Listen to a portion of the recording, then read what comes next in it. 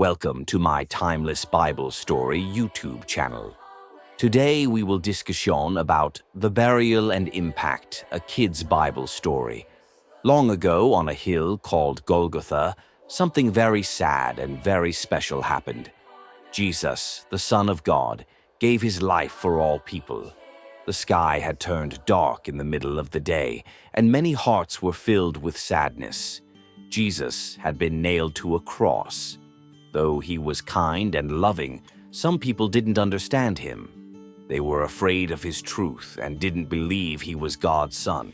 But Jesus still chose to love them and us so much that he gave his life. After hours of pain and prayer, Jesus cried out loudly, "Father, into your hands I commit my spirit." And then he took his last breath. The earth shook, the rocks split, the curtain in the temple tore in two. Something amazing and powerful had just happened. Even the Roman centurion standing near the cross saw it all and said with wide eyes, "Surely this man was the Son of God." Not far away, a kind and brave man named Joseph of Arimathea was thinking about what had just happened. Joseph was a follower of Jesus. He believed that Jesus truly was the Son of God. Joseph didn't want Jesus' body to be treated with disrespect, so he went to Pilate, the Roman governor, and kindly asked, "May I have Jesus' body to place it in a proper tomb?" Pilate was surprised that Jesus had died so soon, but after hearing from the centurion that Jesus had indeed passed away, he agreed. Joseph, along with Nicodemus, another secret follower of Jesus, gently took Jesus down from the cross. They wrapped his body in clean linen cloths and brought spices to honor him. This was the way people showed love and respect during burials back then. Nearby, Joseph had a brand new tomb carved out of solid rock. No one had ever used it before. It was quiet, clean, and peaceful. They gently laid Jesus there. Then they rolled a heavy stone in front of the tomb. It was so big it took strong men to move it.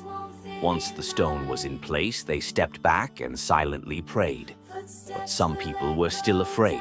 They remembered that Jesus had said he would rise again in 3 days. So the chief priests and Pharisees went to Pilate again. "Sir, we remember what Jesus said. Please send guards to the tomb so his disciples don't come and take his body." Pilate agreed. He sent soldiers to guard the tomb and even put a seal on the stone so no one could open it without permission.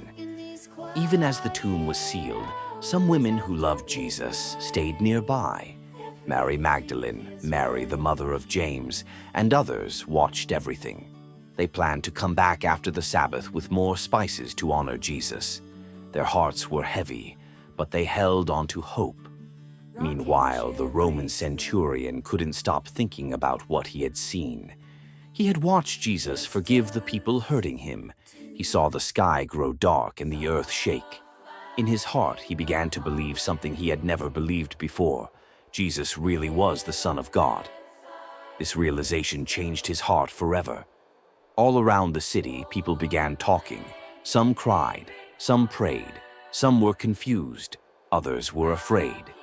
The news about Jesus' death spread quickly, but something amazing was already happening. Jesus' love was beginning to reach people, even in his death. Hearts were being touched, minds were being opened. The next day was the Sabbath, a day of rest. The city grew quiet. The disciples were hiding. They didn't know what would happen next. They were scared and sad. They had hoped Jesus would become a king on earth, but what they didn't know was that something even better was coming. Something no one could imagine. Even in the darkness, God was still working. Even in the silence of the tomb, a miracle was on the way. Jesus' story was not over.